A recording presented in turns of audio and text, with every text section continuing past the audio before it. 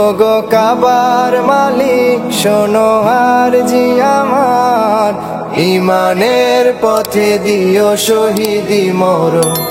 আর স্বর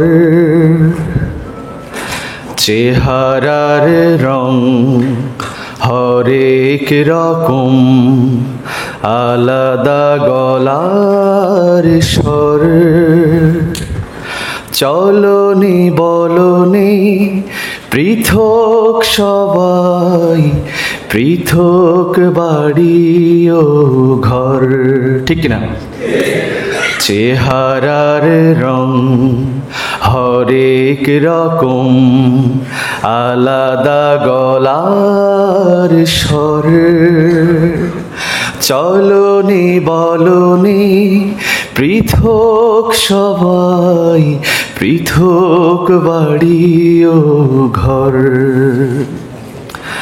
গোলাপ চামেলি শিউলির মতন ভিন্ন ভিন্ন ঘ্রাণ, তবুও বিপুল বিস্ময় দেখি প্রাণের গভীরে প্রাণ। রক্তের চেয়েও শক্ত বাঁধন, জীবনের চেয়ে প্রিয় অদেখা সুতোয় বাধা পড়ে রয় আত্মার আত্মীয়। আল হুব্বু লিল্লাহ, আল হুব্বু লিল্লাহ, আল হুব্বু লিল্লাহ, আল হুব্বু লিল্লাহ। এই ভালোবাসা ঈমানের দাবি, রহমের সৌরভ। ভুলে যেতে হয় আভিজাতের যাবতীয় গৌরব। সামনে পেছনে একই রকম কল্যাণকামী দিল, কথাও কাজের হিসাব নিকাশে অভূতপূর্ব মিল। নিজের জন্য যেটা পছন্দ ভাইয়ের জন্য তাই, মৃত্যুকালেও পিপাসার পানি বলে অন্যকে দিও। রক্তের চেয়ে শক্ত বাঁধন, জীবনের চেয়ে প্রিয় অদেখা সুতোয় বাধা পড়ে রয় আত্মার আত্মীয়। আল হুব্বু লিল্লাহ, আল হুব্বু লিল্লাহ, আল হুব্বু লিল্লাহ, আল হুব্বু লিল্লাহ। মোহাব্বতের অবারিত নদী বুকে বুকে বয়ে যায়, আবার তারাই শত্রুর সাথে সুকঠিন হয়ে যায়। এই দিগাহে কখনো ফলে না হিংসার বিস্ফল, আরো জানা আছে গীবত চর্চা চিরদিন নিষ্ফল। এক মুমিনের আয়নায় দেখে আরেক মুমিন মুখ, অপবাদ নয় ইহতিসাবে নামে আসমানি সুখ।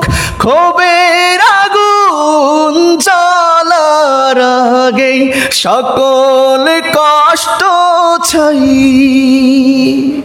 ব্যথার বদলে ফুল দিয়ে বলে শুধু ভালোবাসা নিও। রক্তের চেয়ে শক্ত বাঁধন জীবনের চেয়ে প্রিয়, অদেখা সুতোয় বাধা পড়ে রয় আত্মার আত্মীয়। শেষবার মতো সবাই একসাথে, আল হুব্বু লিল্লাহ, আল হুব্বু লিল্লাহ, আল হুব্বু লিল্লাহ, আল হুব্বু লিল্লাহ। জাযাকুমুল্লাহ খায়রা।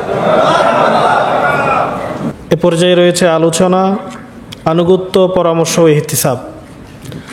এ বিষয়ে আলোচনা পেশ করবেন আমাদের সংগঠনের সম্মানিত কেন্দ্রীয় সভাপতি হাফেজ মাওলানা আনোয়ারুল ইসলাম। আলহামদুলিল্লাহ, আলহামদুলিল্লাহিল্লাযী হাদানা লিহাযা ওয়া মা কুন্না লিনাহতাদিয়া লাউলা আন হাদানাল্লাহ। আলহামদুলিল্লাহ হামদান কামা ইয়ানবাগি লিজালালি ওয়াজহিক ওয়া আযীমি সুলতানিক। আশহাদু আল্লা ইলাহা ইল্লাল্লাহু ওয়াহদাহু লা শারীকা লাহু ওয়া আশহাদু আন্না সাইয়্যিদানা ওয়া হাবিবানা ওয়া মাওলানা মুহাম্মদ সাল্লাল্লাহু আলা আলিহি ওয়া আসহাবিহি ওয়া আহলি বাইতিহি আজমাইন ওয়া তাবিঈনা লাহুম বিইহসানিন ইলা ইয়াউমিদ্দিন। বাংলাদেশ কোরআন সুন্নাহ পরিষদ কর্তৃক আয়োজিত ফানারের ব্যবস্থাপনায় আজকের এই সদস্য শিক্ষা শিবিরে উপস্থিত আছেন বাংলাদেশ কোরআন সুন্নাহ পরিষদের সহসভাপতি জনাব ইন্তেখাব বিন ইউসুফ, আজকের এই শিক্ষা শিবিরের পরিচালক ভারপ্রাপ্ত সেক্রেটারি ইঞ্জিনিয়ার আহমদ হোসেন, মঞ্চে আছেন আমাদের কোরআন সুন্নাহ পরিষদের প্রধান উপদেষ্টা জনাব মাওলানা মাহমুদ রশিদ চৌধুরী এবং আরেকজন উপদেষ্টা জনাব জুবের আহমদ চৌধুরী। সম্মানিত শিক্ষার্থী ভাইয়েরা, আসসালামু আলাইকুম ওয়া রাহমাতুল্লাহি ওয়া বারাকাতুহু। আমি আল্লাহ সুবহানাহু ওয়া তাআলার কাছে প্রথম এই নিবেদন করে নিচ্ছি, যেই উদ্দেশ্যে আজকে আমরা একই ছাদের নিচে উপনীত হয়েছি, একই ছাদের নিচে উপস্থিত হয়েছি, দিনকে বোঝার জন্য, আল্লাহ সুবহানাহু ওয়া তাআলা সন্তুষ্টি অর্জন করার জন্য, জাহান্নামের আগুন থেকে বাঁচার জন্য। আল্লাহ সুবহানাহু ওয়া তাআলা যেন আমাদের সকলকে জান্নাতুল ফেরদৌসে আবার একই ছাদের নিচে উপস্থিত করে দেন। আল্লাহ যেন আমাদের এই মোনাজাতটুকু কবুল আর মঞ্জুর করে নেন। কারণ আমরা যারা ইসলামী আন্দোলন নাম লিখিয়েছি, আমরা উদ্দেশ্য একটাই, আমরা মাবুদকে আমরা চাই, আমরা মাবুদের সন্তুষ্ট চাই, জাহান্নাম থেকে বাঁচতে চাই, জান্নাতে যেতে চাই। আজকে এই দুনিয়ার সামান্যতম গরম পানি আমরা সহ্য করতে পারি না, কিয়ামতের দিনে এই ভয়াবহ আগুন আমরা সহ্য করতে পারবো না। আল্লাহ যেন আমাদেরকে ওই জাহান্নাম থেকে বাঁচান, সে উদ্দেশ্যেই এই আজকের এই আয়োজন। এটা তো বিশাল জিকিরের মাহফিল, বলে সুবহানাল্লাহ। আসমানের নিচে জমিনের উপরে এর চেয়ে উত্তম মাহফিল আর পৃথিবীতে একটাও নেই, যেখানে দিনের নিয়ে কথা হয়, যেখানে কোরআনের কথা আলোচনা হয়, যেখানে আল্লাহ রসুলের কথা আলোচনা হয়, যেখানে আমাদের খালেক মালিকের কথা আলোচনা হয়। সুতরাং আমি আশা করব সকলেই যদি আমার সাথে অংশগ্রহণ করেন, যেখানে তাসবিহ পড়া দরকার, যেখানে তাহলিল করা দরকার, যেখানে যা কিছু করা দরকার, ওগুলো যদি আমরা পরস্পর করি, তাহলে ইনশাআল্লাহ গোমার আসবে না। আল্লাহ আমাদের সাহায্য করুন। বিষয় হচ্ছে আলোচনার আনুগত্য, পরামর্শ, মুহাসাবা। বিষয় কয়টা? তিনটা। তো এখন এই তিনটা বিষয়ের জন্য 3 ঘন্টা সময় হইলে আলোচনা শেষ প্রান্তে দেওয়া যেত। আসলে আমাদের সেই সময়ও নাই, সুযোগও নাই, আর সেই এলেমও নাই। তো এই অল্প সময়ের মধ্যে আমরা যতটুকু বোঝার চেষ্টা করবো ইনশাআল্লাহ। সুবহানাকা লা ইলমা লানা ইল্লা মা আল্লামতানা ইন্নাকা আনতাল আলিমুল হাকিম। সম্মানিত উপস্থিতি, আনুগত্য সম্পর্কে এই বিষয়টি জটিল এবং এই বিষয়টি অনেক লম্বা। এই বিষয়ে আমরা একটু কথা বেশি বলবো, বাকি দুইটা একটু কথা কম বলবো। সকল সমস্যা এখানে আমার সামনে যারা আছেন আনুগত্য পরামর্শ মুহাসাবার আলোচনা করেন নাই অথবা শোনেন নাই, আমার মনে হয় কেউ নেই, সকলেই কম বেশি শুনছেন। সংগঠন বারবার এটা কেন আনে? এই জন্য আনে, আপনি শুনছেন ঠিকই, চলার ক্ষেত্রে মানার ক্ষেত্রে দেখা যায় আবার ত্রুটি এসে যায়, আবার দুর্বলতা এসে যায়, শয়তান এসে আবার আমাদের দোকায় ফেলে দেয়। এই জন্য বারবার আলোচনার মধ্যে আমাদের হৃদয় স্পটে যাতে এটা গেঁথে যায়, আমরা যেন সেইভাবে অভ্যস্ত হয়ে যেতে পারি, আমাদের মধ্যে যে সকল কথাগুলা ব্রেনে থাকে, হৃদয়ে থাকে, এই জন্যে আমরা বারবার এই বিষয়টা নিয়ে আসি। কারণ যত সমস্যাই আনুগত্যের মধ্যে, আপনি নিষ্ক্রিয়তা, আপনার দুর্বলতা, আপনার রিপোর্টে না থাকা, বৈঠকে অনুপস্থিত থাকা, 5% না দেওয়া, আপনি ছিটকে পড়া, সব হচ্ছে আনুগত্য না বোঝার কারণে। যদি যথাযথভাবে আল্লাহ এবং তার রাসূল সাল্লাল্লাহু আলাইহি ওয়াসাল্লামের আনুগত্য এবং আমাদের কর্তৃত্বশীলের আনুগত্য আমার হৃদয়ে স্থান দিতে পারতাম আর সেটা মেনে নিতে পারতাম, তাহলে একবার দিনের পথে ঢুকার পরে বের হওয়ার কোনো সুযোগই ছিল না। কিন্তু শয়তান এসে আমাদের একের পর এক দুর্বলতা সৃষ্টি করে দেয়। তো সুতরাং আজকের আলোচনায় মাহবুদের দরবারে আমরা এই আবেদনই করব, এই নিবেদনই করব, আল্লাহ সুবহানাহু ওয়া তাআলা যেন আমাদেরকে যথাযথভাবে আনুগত্যের যে কথাগুলো বলা দরকার, আল্লাহ যেন সেগুলো বলার তৌফিক দান করেন, আর আমরা যেন হৃদয়ের মধ্যে সেটা গেঁথে নিতে পারি। যে আন্দোলনের নাম লিখিয়েছি, আল্লাহ সুবহানাহু ওয়া তাআলার রাসূলরা, সাহাবারা যেইভাবে আনুগত্য করছেন, আমরা যেন সেইভাবে আনুগত্য করে যেতে পারি। সম্মানিত উপস্থিতি, আনুগত্য হচ্ছে ইতাআত, আরবি শব্দ, যেটার বিপরীত হচ্ছে মাসিয়াত, নাফরমানি করা। শয়তান নাফরমানি করছেন আর আদম আলাইহিস সালাম ইতাআত করছেন, ভুল করছেন, ভুলের স্বীকৃতি দিয়েছেন, তার রবকে তিনি মেনে নিয়েছেন। তো সুতরাং সেই জন্য কোনো জিনিস মেনে নেওয়া অথবা আদেশ নির্দেশ পালন করা, এটি হচ্ছে আনুগত্য। তো প্রথম যে পয়েন্ট নিয়ে আমি কথা বলবো আনুগত্য সংক্রান্ত, সেটা হচ্ছে আনুগত্য করা ফরজ। লিখে নেন, আনুগত্য করা কি ফরজ। সূরা নিসার যে আয়াতটা আমাদের সকলেরই জানা, সূরা নিসার আপনার 59 নম্বর আয়াতে আল্লাহ সুবহানাহু ওয়া তাআলা যে স্পষ্ট করে বলেছেন, ইয়া আইয়ুহাল্লাযীনা আমানু আতিউল্লাহ ওয়া আতিউর রাসূলা ওয়া উলিল আমরি মিনকুম, তোমরা আল্লাহ এবং রাসূল সাল্লাল্লাহু আলাইহি ওয়াসাল্লামের আনুগত্য করো, আর আনুগত্য করো তোমাদের মধ্যে কর্তৃত্বশীল যারা আছে। তো এখন এখানে এসে আল্লাহ এবং তার রাসূলের আনুগত্যের ক্ষেত্রে আমরা যতটুকু করি, কর্তৃত্বশীলের আনুগত্যের ক্ষেত্রে আমরা হেরফের করে ফেলি। এখানে শর্তযুক্ত বলা হয় ঠিকই, এক অর্থে কোনো এখানেও শর্ত নাই। আপনার দায়িত্বশীল যখন আপনার ইসলামের আলোকে, কোরআনের আলোকে নির্দেশনা দেবে, তবে শর্ত কোথায়? যদি শরীয়ত বিরোধী কোনো নির্দেশনা দেয়, সেখানে শর্ত বলা আছে। আপনি আমার সামনে যারা আছেন, আমি সহ আমার বিগত 50 বছর সংগঠনের জীবনে একদিন আমার কোনো নেতা বলে নাই উমুকের গাছের আম ছিঁড়ে নিয়ে আসো, একদিন আমার কোনো নেতা বলে নাই উমুকের গাছের ডাব চুরি করে নিয়ে আসো, একদিন আমার কোনো নেতা বলে নাই ছাত্রলীগ অথবা আওয়ামী লীগের অফিসের সামনে যেতে গেলে যত ডিল সরো, একদিনও বলে নাই। সকল সময় আমাদেরকে আদর্শ নীতিবান কথাগুলোই শিখিয়েছেন। তো এটা মানতে হবে কি হবে না? তো সেই ক্ষেত্রে যদি আমরা চিন্তা করি, তাহলে যেমনভাবে আল্লাহর আনুগত্য করা ফরজ, তেমনি রাসূলের, তেমনিভাবে আমার কর্তৃত্বশীলের। অনেক ক্ষেত্রে এই কই আমরা দুর্বল করে ফেলি, না, আমার নেতা যখন ইসলাম এবং কোরআনের আলোকে নির্দেশনা দিবেন, সেইটা আমার মানা ফরজ। তো সুতরাং এই জন্য এখানে বলা হয়েছে যে আল্লাহ সুবহানাহু ওয়া তাআলা সূরা শুআরার 150 নম্বর আয়াত, ওখানে বলছেন ফাত্তাকুল্লাহ ওয়া আতিউন, যে আল্লাহকে ভয় করো এবং আনুগত্য করো।